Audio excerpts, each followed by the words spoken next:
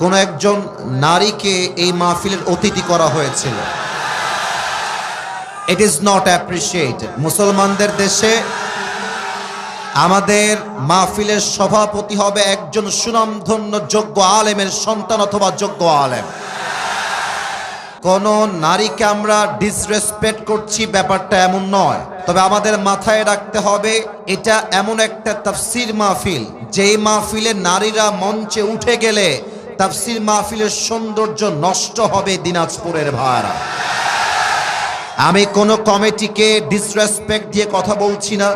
হয়তো একটা মিসআন্ডারস্ট্যান্ডিং হয়ে গেছে, একটা বোঝাবুঝির ভুল হয়ে গেছে, এবং যেই নারী এসেছিলেন তাকেও আমি বলবো, আম্মা জান, আপনাকে এই স্টেজে মানায় না, আপনাকে পর্দার সহিত আপনার ঘরেই আপনাকে সবচেয়ে বেশি মানায়। আম্মা জান, যিনি এসেছিলেন তাকেও আল্লাহ নেক হায়াত দান করুক। পড়েন সবাই আমিন।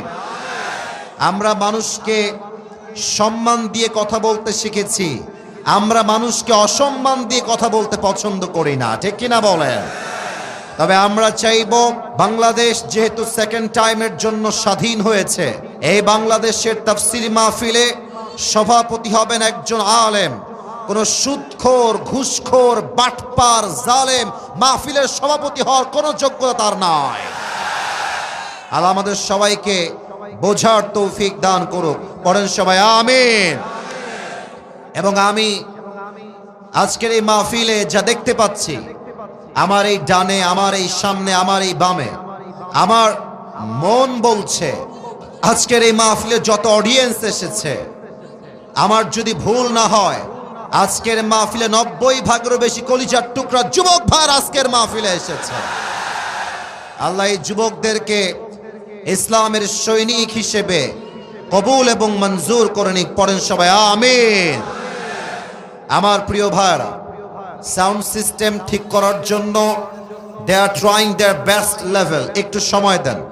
বামে অলরেডি সাউন্ড অনেকটাই ঠিকঠাক হয়ে গিয়েছে, জাস্ট ডানে বক্সটা ঠিক হয়ে গেলেই it will be perfect, more better. এই তো মাশাআল্লাহ, এটাই তো আমি চাচ্ছিলাম, এটাই আমি চাচ্ছিলাম। আমিও খুশি, যুবকরাও খুশি হয়ে যাবে এখন। আল্লাহ আমাদের সবাইকে দোয়া করে বাসায় যাওয়ার তৌফিক দান করুক। পড়েন সবাই আমিন। আমার প্রিয় দিনাজপুরের চিরির বন্দরের ভাই, চিরির বন্দরে রাতের বেলা কখনো আসা হয় নাই, দিনের বেলা আসার সুযোগ হয়েছে।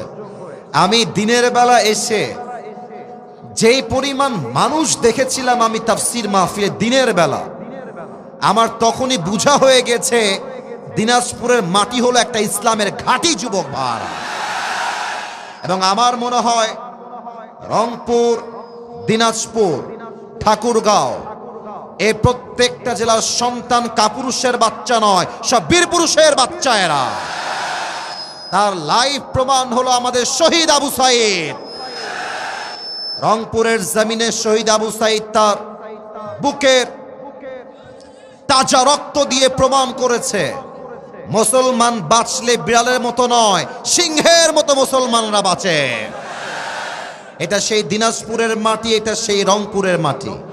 অতএব যদিও আজকে রাত করে আমাকে ওঠানো হয়েছে, আমি অনেক আগে বলেছিলাম যে ভাই রে আমাকে আগে উঠায়েন ভাই, তা আমার ভাইরা বলেছে হুজুর না, আপনাকে আমরা 11টার পরে উঠাবো। তখন বুঝে গেলাম যে এলাকার লোকের সিস্টেম হলো এইরকম, যদি ফজরের আজান পর্যন্ত ওয়াজ হয় তাও সবাই বসে বসে ওয়াজ শুনে বাসায় ফিরে যাবে। অতএব টাইম আমাকে যেটা দেওয়া হয়েছে আমি সেই টাইমে এসেছি। আমি ভূমিকায় কথা বাড়াতে চাই না, রমজান নিয়ে কিছু কথা বলতে চাই। এই কথাগুলো শেষ হয়ে গেলেই আমি আমার মূল যে সূরাকে আজকে নির্বাচন করেছি তাফসীর করার জন্য, সেই সূরার থেকে তাফসীর পেশ করব। আমি সবাইকে প্রশ্ন করতে চাই, ইংরেজি যে মাসটা চলছে এই মাসটার নাম কি? আচ্ছা, এত আস্তে বললে কি হয়? বলেন সবাই, নাম কি? ফেব্রুয়ারি। এবার আরেকটা প্রশ্ন করছি, অনেকে উত্তর দিতে ভয় পাবে, তবু আশা রাখবো আওয়াজ করে আমি উত্তর পাবো।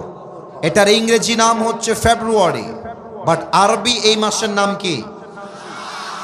এই যে অনেকে উত্তর দেয় নাই, বলেন সবাই, আরবি মাসের নাম আর একবার বলেন সবাই, নাম শাবান। এই মাসে আমাদের সকলের গুনাহ খাতা মাফ হয়ে যাক। আমরা সবাই চাই কি চাই না? আমরা সবাই চাই কি চাই না?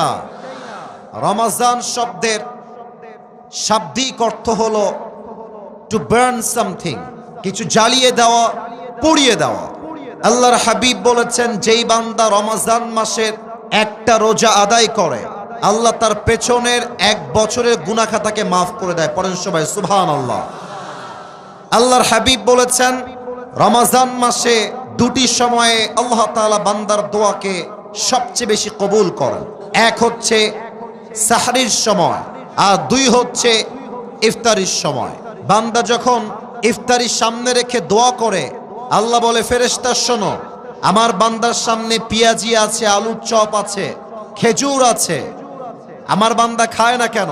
ফেরেশতা বলে, আল্লাহ, আপনার বান্দা আপনার ভয়ে একটা খাবারও মুখে নিচ্ছে না, এর কারণ আপনার বান্দা আপনাকে খুশি করতে চায়।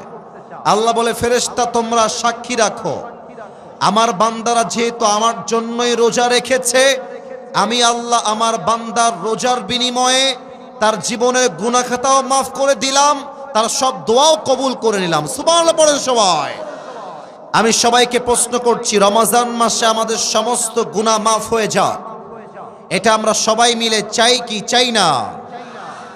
তোমরা মনে হয় চাও না, তাই না? তা বলো সবাই, আমরা সবাই চাই কি চাই না? আমরা সবাই চাই রমজান মাসে আমাদের সকল গুনাহ খাতা মাফ হয়ে যাক।